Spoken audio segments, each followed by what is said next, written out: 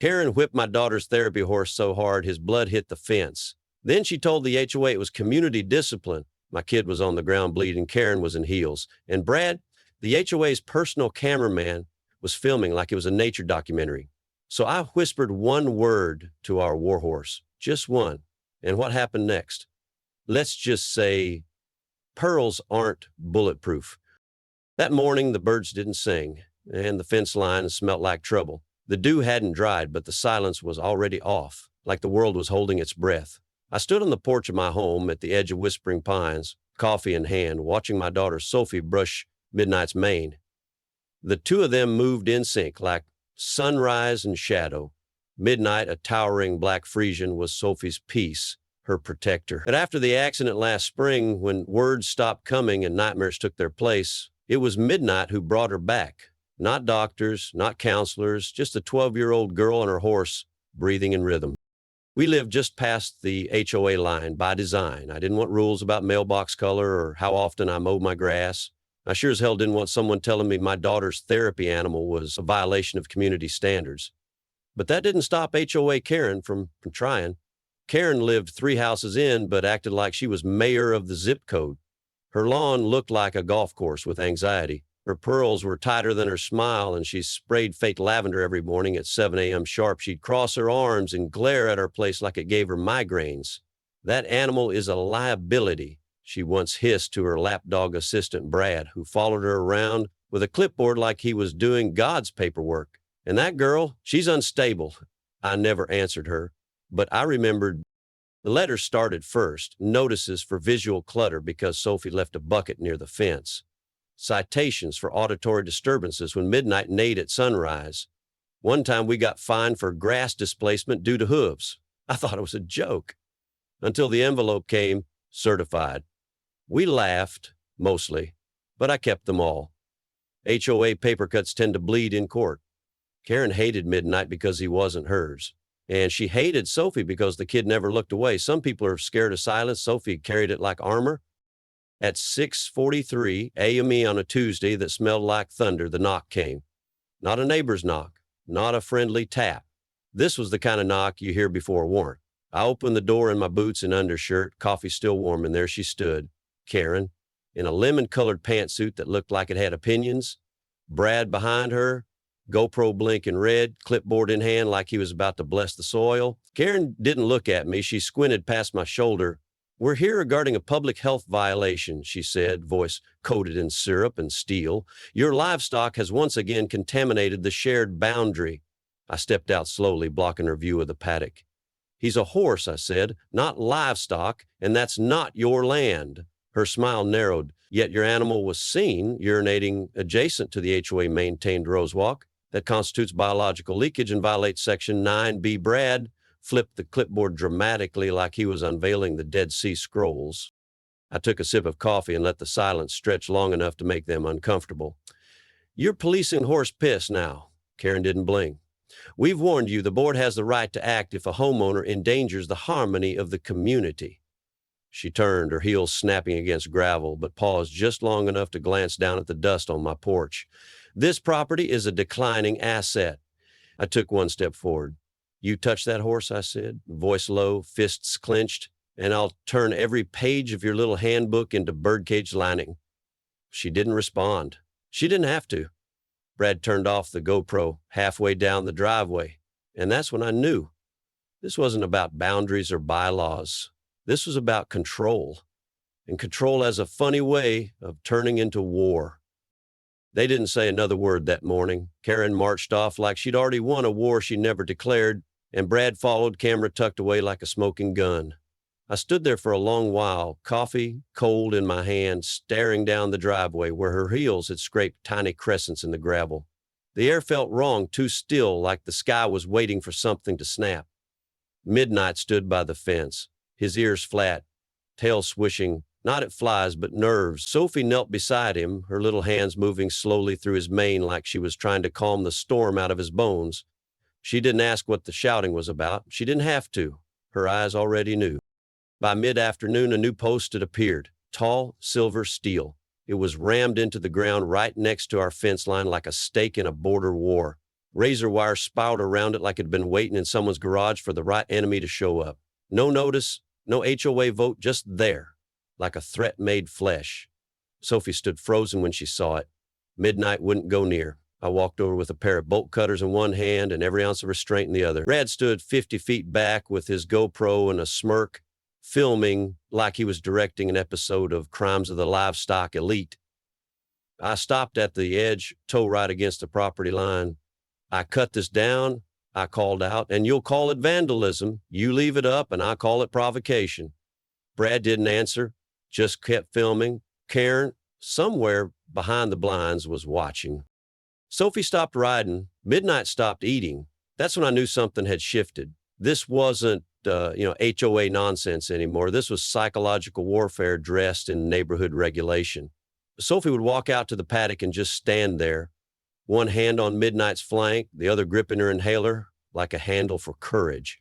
She started checking the weather every few hours, scanning the skies like bad omens rode clouds. Midnight paced in his stall, sweat pooling by morning, muscles twitching like dreams were chasing him. And I started sleeping with the porch light on and my boots by the door. Then came the drone, small, black, buzzed like a wasp on Red Bull.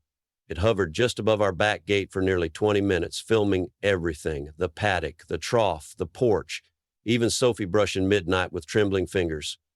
When I stepped outside, it zipped back over the HOA fence line and vanished behind Karen's house. No HOA had ever voted to monitor neighbors with aerial surveillance, but somehow Karen had convinced herself that my property was fair game for reconnaissance. I didn't yell, I didn't send a letter, I just walked inside, printed out our property line records, HOA bylaws, and a copy of the Drone Privacy Act of Colorado. Then I taped them to a shovel and planted the whole thing like a tombstone facing Karen's front lawn. That night, Sophie came into the kitchen and whispered, "Midnight's not sleeping. He just stands there shaking." I crouched to meet her eye level. "He's not scared," I said. "He's alert. He knows what's coming." She nodded like she wanted to believe me, but her eyes didn't lie. She was scared. And so was I. But I wouldn't give Karen the satisfaction of seeing it. The next morning, before the sun finished rising, I walked the fence line, stopping right where that steel post stood. I placed one hand on it, felt the chill of it in my palm, and whispered to no one, "Touch my daughter or her horse again, and I'll turn your bylaws into ashes." Midnight wouldn't eat. Sophie kept checking the sky. Even the wind looked nervous. The wind that had been holding its breath finally exhaled. Hard. He came in dry and fast, kicking up grit along the fence line just as I stepped inside to grab a wrench for the gate latch.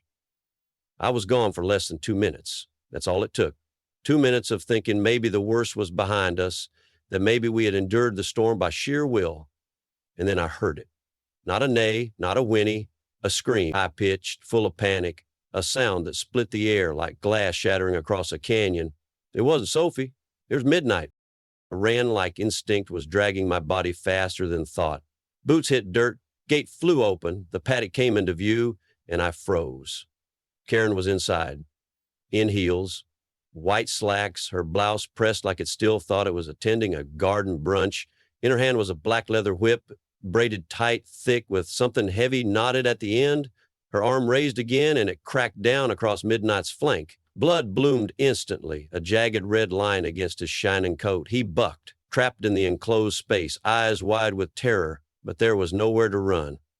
Sophie was on the ground, her knees scraped, head bleeding from a fall, one hand clutching her chest like she couldn't breathe. She wasn't screaming. She was too shocked to make a sound. "Stop!" I roared. The word came out more animal than man. Karen turned like I'd interrupted her afternoon tea. She looked annoyed. Actually annoyed, her lips curled into that same sour smile she wore when citing us for excess foliage. "I warned you," she said, voice icy. "If the HOA won't act, I will." I vaulted the fence in a single motion, ripped the whip from her hand, and hurled it into the mud like it was made of venom. Midnight backed away, trembling, sides heaving. Sophie was still curled, blood trailing from her temple. Karen took a step back, heels catching in churned up soil. "This is enforcement," she hissed. "You let that beast destroy HOA grounds. I'm restoring order." "You laid hands on a child," I growled, chest rising like a fire bellow. "You beat a horse like it was nothing. That's not order. That's you finally showing the monster under the pearls." Brad stood just outside the fence, camera rolling. "Careful," he called, grinning like a creep at a bonfire. "It's all on camera. You touch her, we own this land by winter." Karen raised her chin, trying to reclaim control, but her hand trembled as she wiped dirt from her sleeve. "You've just made the biggest mistake of your life," she muttered. I didn't respond. I walked to Sophie, picked her up gently. Her fingers clung to my shirt like she was still falling. Midnight stepped forward, nuzzled her cheek, letting out a soft, broken breath. I turned to Karen. "You crossed a line," I said quietly, "and you're about to learn what happens when a father draws one back." She scoffed, but didn't move. Brad's camera kept rolling. No one spoke. Even the wind had stopped again. Only Midnight's shallow, shaky breaths filled the air like warning drums. I stepped over the rope that marked the paddock's edge and carried my daughter back to the porch. Each step left a trail not just of blood or dirt, but of something much heavier, consequence. "You just declared war, Karen," but not the kind you can film your way out of. I laid Sophie down on the porch swing, her arms still wrapped around my neck like she was clinging to gravity. Midnight stood just a few steps behind me, bleeding and breathless, his flanks twitching with rage and fear. The silence was deep, like the world had paused to see what I would do next. But I didn't need to scream. I didn't threaten. I just looked across the yard at Kieran, who was now flanked by 5 other HOA board members. Brad still filming with his smug little camera like this was all part of the HOA's community engagement strategy. Karen stood in the middle like a queen, waiting for a beheading. Arms crossed, chin high, face blank, but her eyes betrayed her. Wide, scared, hollowed out by something she wasn't ready for. "That animal needs to be destroyed," she announced to the crowd, pointing at Midnight like he was a rabid dog. "He is dangerous, uncontrolled, and a threat to this neighborhood. And that man," she gestured at me, "has committed assault on HOA ground." Mrs. Daly, the HOA treasurer, stepped forward, her face unreadable. "We all saw what happened," she said softly. Karen snapped back. "He set a wild animal on me." I stood slowly, facing them all, then reached for Midnight's lead rope. Everyone tensed. Midnight's ears perked, his muscles coiled. But I didn't shout, I didn't raise a fist. I leaned in, pressed my lips just inches from his ear, and whispered one word: "Crush." Midnight flared his nostrils and let out a sound I will never forget, a guttural, hoarse shriek that echoed across the trees. Then he reared up, hooves slicing the air like twin blades, and charged, not wildly, not out of control, with precision, with fury shaped into purpose.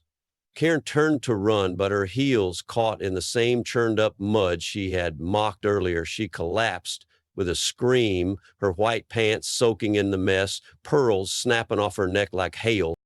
Midnight stopped just short of her face, inches. His hooves slammed into the ground with earth-shaking force, spraying mud and manure across her face and chest. Karen shrieked, clawing at the ground, slipping again and again in her own panic. Her blazer was ruined, her makeup running in streaks, her hair caked in dirt and shame. I walked toward her, not rushing, just steady, like justice on foot. She looked up at me, trembling, covered in filth, mouth open, but no sound coming out. "You think you have power," I said, "but power doesn't come from clipboards or committee votes. Power comes from knowing what you'd bleed to protect." Karen whimpered, trying to scoot back, hands slipping through the muck. I bent down and picked up the whip she had dropped earlier. Mud-soaked, bent, stripped of menace. I cracked it once, loud, just beside her ear. She screamed like the devil had whispered her name. "You ever come near my daughter again," I said low, calm, and close, and I'll let Midnight finish what I just stopped. Her voice was gone. Her hands trembled. The crowd said nothing. Brad turned off the camera. Not one neighbor stepped in to help her. Not one hand reached out. No, but he didn't trample her. He made her kneel. Karen didn't stand. She crawled. Her knees sank in the same dirt she once called unsightly, dragging what was left of her dignity through puddles and silence. No one offered her a hand. No one spoke. Midnight stood tall beside me, still as stone, flanks streaked with blood, but eyes locked forward like a general standing post-battle. Sophie, still shaken, watched from the porch swing, her small hands gripping the armrest like it was the last safe thing in the world. I didn't say another word. I didn't have to. The war was over, and Karen had lost everything but mud. But it didn't end there. Turns out Brad wasn't the only one filming. A teenager from 2 houses down, Owen, I think, had caught everything on his phone from his second-floor bedroom window, unfiltered, unedited, the real showdown. Karen's whip, Sophie bleeding, Midnight rearing up, Karen screaming and sliding through her HOA kingdom like a fallen dictator. He posted it that night. Caption, HOA president versus warhorse. Guess who wins?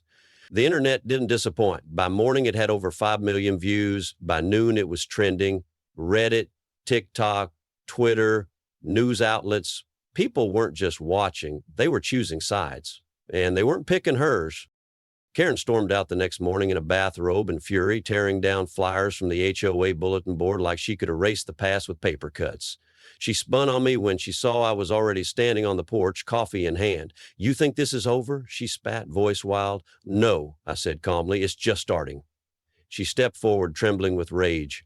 You're enjoying this. You're loving the attention. Like you didn't sick a damn beast on me. Like you're some misunderstood hero. I stepped down one stair, each footfall deliberate. Karen, I said coldly, you beat a horse and called it order. You made my daughter bleed and called it policy. You lost. And now the world knows what we've known for years. She flinched like the truth stung more than hoofs. She screamed something about defamation, about lawsuits, about bringing me down. I didn't flinch, just pointed at the community mailbox near the HOA office. Everyone's got a camera now, I said. You're not the president of anything anymore. You're a meme. The words hit harder than anything Midnight could have thrown. She screamed through her binder at me and ran, not home, but out of the HOA, out of the street, like her crown had turned to smoke. 3 nights later, I took a crowbar and walked quietly to the HOA building. The place was already abandoned, blinds crooked, mailbox stuffed with final notices, the door padlocked shut. But her plaque was still bolted to the wall. Karen Whitmore, President, Whispering Pines, HOA, Preserving Excellence. I stood there for a long time. Then I ripped it off the wall, carried it to my fire pit out back, and tossed it in without ceremony. The flames curled around the gold lettering like it had been waiting to be erased. Power built on fear turns to ash when no one's afraid of you anymore. The plaque burned clean, no fanfare, no speech, just golden letters curling into black smoke until nothing remained but ash and memory. But justice wasn't finished. 3 weeks later, I got the court summons. Karen had filed a civil suit against me. Intentional infliction of emotional distress, it read. Reckless endangerment via unrestrained livestock. Her lawyer, Trent Wilkins. Slick hair, louder than necessary objections, and a reputation for representing realtors with anger issues. Sophie just looked at the envelope and said, "Is she serious?" Midnight huffed like even he couldn't believe it. The courtroom smelled like bleach and tired patience. Karen entered wearing oversized sunglasses and a sling, the kind you buy at CVS when your lawsuit needs props. Her hair looked thinner, the platinum dulled. She wouldn't look at me, but she kept muttering to her lawyer like she was feeding a parrot legal buzzwords. Trent started strong. My client was savagely assaulted by a feral animal set upon her by an unstable neighbor with a known history of hostility toward HOA regulations. Almost laughed, the judge didn't. He leaned back in his chair and asked one question, "Do you have video?" Trent grinned. "Absolutely." So did we. 4, in fact. The full truth from every angle. The teenager's clip, Brad's now regrettable footage, security camera from a neighbor's porch, and my own barn cam, quietly installed the month before when Midnight first started flinching at shadows. The judge watched in complete silence. Karen entering my paddock. Karen raising the whip. Karen striking Midnight. Sophie crying in the dirt. Midnight charging, stopping just short. Me not touching Karen, not once, just standing and just commanding. The courtroom didn't breathe. When the final clip ended, even Trent looked paler. Karen stood up mid-silence and started shrieking. "He set a beast on me. That horse is violent. This is character assassination. He's a vigilante with a barn." The judge didn't flinch. He just sighed. "Ms. Whitmore," he said, "sit down." She did. Barely. Her entire body trembled, not with fear, but with the realization that no one was buying the story she wrote for herself. My lawyer, Miss Hall, stood next. Calm, surgical. She listed every violation: unlawful entry, animal abuse, endangerment of a minor, false reporting, attempted manipulation of evidence. She cited HOA policies, yes, even their own bylaws, proving Karen had zero authority to act unilaterally, much less wield a weapon. Then it was my turn. I didn't grandstand. I didn't rage. I said I didn't set a horse on her. I set a boundary. She crossed it. And what happened next was him defending what matters: our child, our home, our right to be left in peace. The judge gave the verdict before anyone could exhale. Karen Whitmore, you are guilty of trespassing, animal cruelty, and endangering a minor. Your HOA authority is hereby revoked. A restraining order is granted. You will submit to a psychiatric evaluation, and you will pay full restitution for the child's medical costs and the horse's veterinary treatment. Karen didn't cry. She didn't scream. She just sat there, hollowed out, eyes blinking like someone had unplugged the world. She wasn't attacked by a horse. She was crushed by truth. Karen didn't show up to the sentencing or the week after. Rumor was she'd left town, packed her Lexus, dumped the HOA mailbox key in someone's planter, and vanished somewhere between a clinic and a quiet breakdown. The HOA, now leaderless and limping, held an emergency vote. The outcome was swift. The board dissolved itself. All pending fines were canceled. The bylaws Karen had weaponized were struck through like names in a war ledger. And for the first time in years, no one in Whispering Pines got a notice about grass height or unapproved wind chimes. A month later, an email went out. Not a demand, an invitation, subject line, community rebirth, honoring what matters. Location, Willow Park, the same field Karen once tried to ban horses from entirely, the same field Sophie had once peeked at through the fence but never dared enter. When we arrived, there were balloons, chalk drawings, signs hand-painted by kids that read, "Justice lives here," and "Thank you, Midnight." And right in the center, a small wooden stage wrapped in sunflowers and hope. Mrs. Daly, now acting as a neutral coordinator, stepped onto the platform. She held a velvet box in her hands and spoke through the mic with steady grace. "Today isn't about what we lost," she said. "It's about what we learned, about boundaries, courage, and what happens when silence finally finds its voice." Then she nodded toward Sophie. "And it's about a girl who didn't run and a horse who stood taller than fear." Sophie climbed the steps slowly, one hand holding Midnight's bridle, the other brushing her denim jacket with his name stitched across the back. She didn't tremble.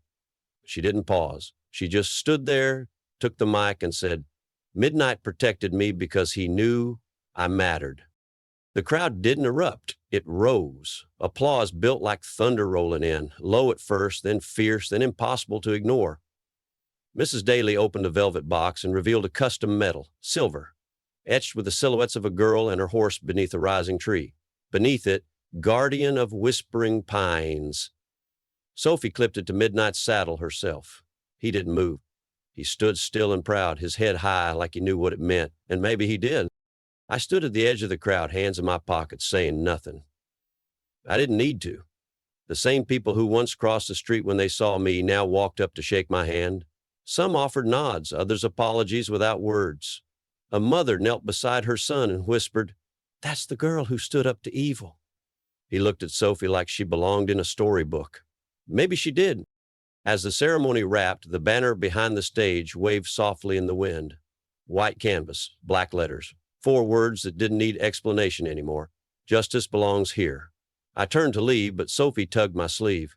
"Dad," she said quietly, "Midnight wants to walk the park." I looked at her, then at him, at the scars healing on both of them, and nodded, then let him. They stepped off the stage together, not away from anything, but toward something new. The same people who once looked away now lined up to shake our hands.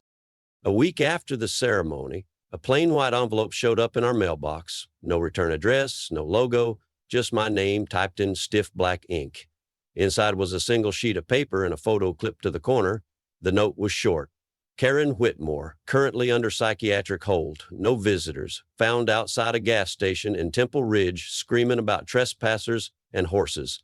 Figured you should know." The photo was grainy, like it had been taken in a rush. Karen in a hospital gown, her platinum hair uneven and patchy, makeup gone, eyes vacant. The woman in the picture looked nothing like the one who once strutted down our street like HOA royalty. She looked hollow, like her voice had fallen out somewhere along the way and never found its way back. I folded the paper in silence. Sophie stood beside me, reading the letter over my shoulder without a word. Midnight stood a few feet away, grazing peacefully, the metal on his saddle glinting in the sunlight. "Is that really her?" Sophie asked softly. I nodded. "What happened to her?" she asked again. I thought for a moment, then said, "She built her whole world on fear, but once that fear was gone, there wasn't anything left to hold it up." Sophie didn't say anything, just leaned her head against my side. Later that evening, I grabbed the crowbar from my truck and drove down to the old HOA building. Still abandoned, windows dusted with spider webs, the mailbox overflowing with junk mail and final notices. But one thing still remained. Her last name bolted to the bricks in bronze. Karen Whitmore, President, Whispering Pines HOA, preserving excellence. I stared at it a long while. Then I pried it off the wall, walked it back home, and dropped it into the fire pit behind the barn where it clanged against the stone like the last bell of a forgotten church. Sophie came out just as I lit the match. She didn't ask what I was doing. She just stood beside me as the flame licked through the plaque's perfect lettering, curling excellence into ash. I watched the fire a moment longer, then spoke without turning. Her kind never disappears completely. They just wait for the next clipboard, the next title, the next fake rule to hide behind. Sophie nodded, her arms crossed, gaze locked on the fire like it was telling her something only she could hear. The flames burned out slowly, turning bronze to black, turning fear into silence. When it was done, Sophie whispered, "I'm not afraid anymore." I looked at her, not as a little girl who once hid behind a horse, but as someone who had walked through fire and come out standing. "Good," I said, my voice steady, "because now they should be." Midnight snorted behind us, like he agreed. The wind picked up, gentle and cool, brushing past us like a hand closing a book. That night we sat on the porch and watched the stars rise above the barn. Sophie brushed midnight one last time before bed, her movements calm, unhurried. She glanced at me and said, "He doesn't look like a hero." I smiled. "He doesn't have to," I said. "He just has to keep standing." She nodded, and for the first time since it all began, peace didn't feel like a pause. It felt like something earned. The HOA building eventually got repurposed into a community greenhouse. The park got a new trail named after midnight, and the swing on our porch, it stayed, because some places deserve to carry the weight of what was survived. Some names deserve to burn. Others deserve to be remembered. Let them forget her. We'll remember who stood and why. Sometimes justice doesn't wear a robe. Sometimes it wears hooves and stands between a child and the monster in pearls. This story wasn't about revenge. It was about what happens when silence is pushed too far, when fear meets the wrong family, when a father decides, enough. Karen thought rules made her untouchable, but she forgot something simple. Real power isn't about control. It's about what you protect. So here's the question. If someone hurt your child, your animal, and smiled about it, would you hold back? Drop a yes or no in the comments. Let's see how many still believe in standing tall when it counts. If this story moved you, hit like, share it with someone who needs it, and subscribe for more raw, real, unfiltered tales of karma, courage, and community, because the world doesn't change through silence. It changes when we finally speak and stand